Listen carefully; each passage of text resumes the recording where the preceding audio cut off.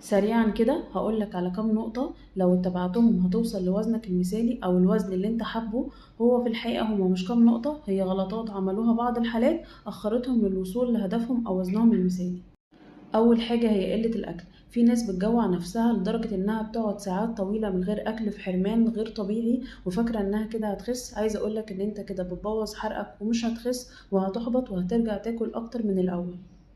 تاني حاجة وهي هدفك الكبير، وعشان توصل لهدفك الكبير لازم تحط لنفسك مجموعة من الأهداف الصغيرة. يعني مثلا لو وزنك 100 كيلو وانت عايز توصل 70، ما ينفعش تقول امتى هوصل لل70، انا ازاي هوصل لل70. لا، انت المفروض لو وزنك 100 تقول ان شاء الله الاسبوع الجاي اتمنى ان انا اوصل ل99 او 98، وده الهدف الصغير اللي انت هتحطه. ومجموعة الأهداف الصغيرة إن شاء الله توصلك لهدفك الكبير. لكن طول ما انت حاطط عينك على ال70 وانت وزنك 100 هتفضل محبط ومتضايق وحاسس إن لسه بدري.